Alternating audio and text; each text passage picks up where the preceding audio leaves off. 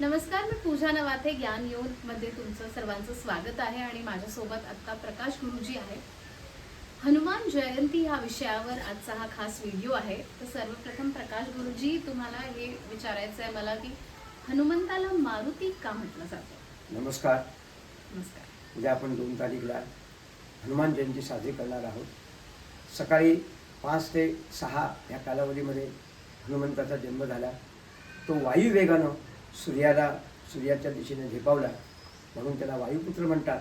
असा हा हनुमंत, या हनुमंताला आपण मारुती असं म्हणतो.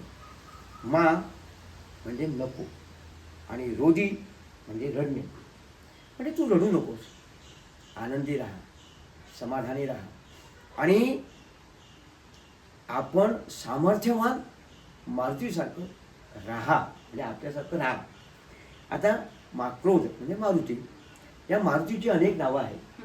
त्यामध्ये प्रताप मारुती म्हणून आहे, की राक्षसाचा त्याने संहार केला आणि राक्षसाच्या डोक्यावर त्याने पाय ठेवला, म्हणून त्याला प्रताप मारुती असं म्हणतात. दुसरा आहे दास मारुती, प्रभुरामचंद्रांचा तो दास, म्हणून तो प्रभुरामचंद्राच्या पायाशी एकनिष्ठ राहतो, म्हणून त्याला दास मारुती म्हणतात. वीर मारुती म्हणजे प्रभुरामचंद्रांच्या ठाई त्याची असलेली निष्ठा, त्यांना दोघांना राम आणि लक्ष्मणाला खांद्यावर घेऊन फिरणारा मारुती, म्हणून त्यांना त्या प्रकारे वीर मारुती म्हणतात. लंबे मारुती म्हणजे खूप खूप उंचीनं तो वरवर फिरू शकतो, वायुतत्वानं फिरतो, म्हणून त्याला लंबे मारुती म्हणतात. आणि भक्त मारुती म्हणजे रामाचा अत्यंत निस्सीम भक्त, त्याच्याशिवाय त्याची भक्ती कोणाकडेही नव्हती, आणि म्हणून त्याला रामभक्त हनुमान असं म्हटलं जातं. त्या बात आहे. खऱ्या रूपाने खरं तर मारुती आणि हनुमंत याचा अर्थ समजलाय आपल्याला इथे. हनुमान जयंती दिवशी कशा प्रकारे उपासना केली गेली पाहिजे? मारुतीला शेंदूर आणि तिळाचं तेल, त्या ठिकाणी तैलाभिषेक असं त्याला म्हटलं जातं, ते घातलं जातं. त्याचं कारण असं की सीतामाईनं कुंकू लावताना हनुमंतानं पाहिलं आणि म्हटलं, माई ह्या आपण हे कुंकू का लावता? तर म्हणाले, रामाला दीर्घायुष्य लाभावं, तो आयुष्यमान राहावा, म्हणून मी कुंकू लावते. मग त्याला असं वाटलं, मी रामाचा निस्सीम भक्त आहे, मग मी माझ्या अंगाला जर सिंदूर फासला तर हनुमंताला भरपूर आयुष्य मिळेल, आणि म्हणून त्याने आपल्या अंगाला सिंदूर फासला, आणि म्हणून त्या दिवशी हनुमंताला हा सिंदूर घालून तेलानं त्याचा तेलाभिषेक केला जातो. तेलाचा अभिषेक का केला जातो? तेलाचा अभिषेक असा आहे की मारुती द्रोणागिरी पर्वत घेऊन जात असताना त्याला बाण लागला, आणि तो बाण लक्ष्मणाच्या हातून लागला. त्यावेळी तो धारातीर्थी पडला, आणि त्यावेळी लक्ष्मणानं तेल आणि शेंदूर त्याच्या जखमेला लावलं. त्यामुळे त्याची जखम बरी झाली, हनुमंताची जखम बरी झाली. आणि म्हणून असा प्रघात आहे की आपल्या शरीराला कोणत्या प्रकारच्या जर जखम झाली किंवा आपल्या अंगाला काही झालं तर आपण तेलाचं मालिश करतो, तिळाचं मालिश करतो. आणि शेंदूर हा या ठिकाणी रोगप्रतिकारक आहे. असा तेल आणि तिळाचं तेल आणि शेंदूर असा त्यापासून हा प्रघात पडलेला. नक्कीच. मारुतीला चिरंजीवी असं का म्हटलं जातं? अश्वत्थामा बलिर्व्यासो हनुमांश्च विभीषणः कृता परशुरामश्च सप्तेचा चिरंजीव. हा हनुमंत हा चिरंजीव आहे.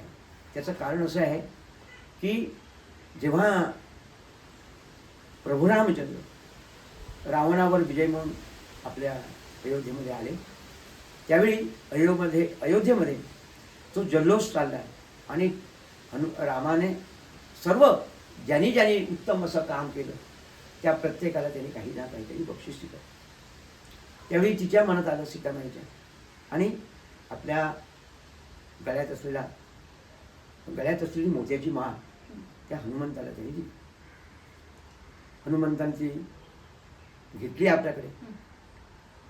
त्याच्या मनात शंका निर्माण झाली आणि एक मोती त्याने फोडला तर त्याला राम कुठे दिसेना. त्याने तात्काळ त्याचा अस्वीकार केला. तेव्हा प्रभू रामचंद्राने विचारलं, अरे तुझ्या मनात काय? तर तो म्हणाला, माझ्या मनात माझ्या हृदयात राम आहे. त्या मोत्याच्या माळेमध्ये मला राम कुठे दिसला नाही. मला ही काय कामाची? मला ही कामाची नाहीये. प्रभू रामचंद्राने ओळखलं. आणि प्रभू रामचंद्राने म्हणून म्हणतात बघा, त्याने छाती दाखवून काढून प्रभू रामचंद्रांचं दर्शन सर्वांना घडवलं. इतका हा हनुमंत रामभक्त होता आणि म्हणून प्रभू रामचंद्राने त्याला उत्तम असा आशीर्वाद दिला की तू चिरंजीव राहाशील. म्हणून आज हनुमंत चिरंजीव आहे. आणि म्हणून आपण सर्वजण ह्या 7 चिरंजीवांचं नेहमी स्मरण आणि चिंतन करतो. त्यामध्ये हनुमान जयंतीला तुम्ही सर्वांनी अशी विनंती आहे की त्या दिवशी आपण हनुमंताचं दर्शन घ्या. हनुमंताय नमो नमः असं म्हणा, वीर हनुमते असं म्हणा. त्याला आवडणारी पुष्पमाळा त्याला अर्पण करा. त्याला रुईच्या पानांचं आणि रुईच्या फुलांचं अत्यंत आकर्षण आहे, ती त्याला अर्पण करा. तिळाचं तेल त्याला अर्पण करा. शेंदूर त्याला अर्पण करा. भक्तिभावानं त्याचं स्मरण आणि चिंतन तुम्ही त्या दिवशी करा. हे जर तुम्ही केलं तर हनुमंताची कृपा ज्या तुमच्या मुलांच्या ठाई, तुमच्या कुटुंबाच्या ठाई उत्तम प्रकारे तुम्हाला प्राप्त होईल. आपण लहानपणापासूनच घरात शिकतो की मारुती स्तोत्रम म्हणावं किंवा आपल्याला ते म्हणायला शिकवलंच जातं. मला वाटतं मराठी कुटुंबियात सर्वांनाच मारुती स्तोत्र हे येतच. पण बऱ्याचदा लहान मुलं प्रश्नच विचारत नाहीत की मारुती स्तोत्र का म्हटलं जातं, का शिकवलं जातं, त्याचं महत्त्व काय. तर आपण आज शिकून घेऊयात. भीमरूपी महारुद्रा वज्र हनुमान मारुती मनारी अंजनी सुता रामदूता प्रपंचना. 2 गोष्टी अधोरेखित आहेत. यामध्ये मारुती स्तोत्राचं रामदास स्वामींनी केलेलं हे उत्तम प्रकारचं स्तोत्र आहे. मनोजमं मारुततुल्य वेगम जितेंद्रियं बुद्धिमतां वरिष्ठं वातात्मजं वानरयूत मुख्यं श्रीरामदूतं शरणं प्रपद्ये. आणि भीमरूपी महारुद्रा वज्र हनुमान मारुती वनारी अंजनी सुता रामदूता प्रपंचना. 2च श्लोक मी तुमच्याकडे समोर ठेवतोय.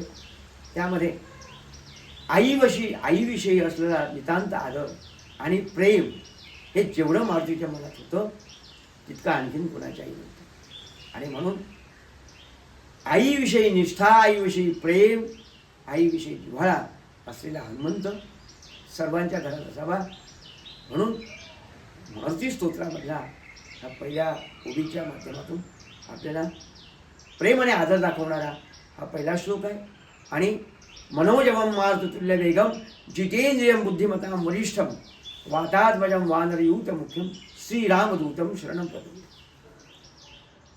आपल्या प्रभू रामचंद्राविषयी अतीव आदर, नुसता आदरच नाही तर अतीव निष्ठा, प्रेम, सद्भाव, सद्गुण ज्या मारुतीच्या ठाई आहे असा हा रामभक्त वायुवेगानं संपूर्ण जगामध्ये संचार करणारा, ज्याची ज्या इंद्रियावर त्याचा ताबा आहे आणि ज्याची प्रगल्भ अशी बुद्धिमत्ता आहे. वातात्मजं वानरयूत मुख्यम. आणि वानरदूत याचा अर्थ सर्वसाधारणपणे असा आपण अर्थ घेऊया की ज्यांनी या विश्वामध्ये व्यापकतेनं जगामध्ये संचार केलेला आहे. तुम्ही हनुमंताला बघता कुठच्या झाडावरनं कुठे उड्या मारतात. हे वायुतत्व आहे.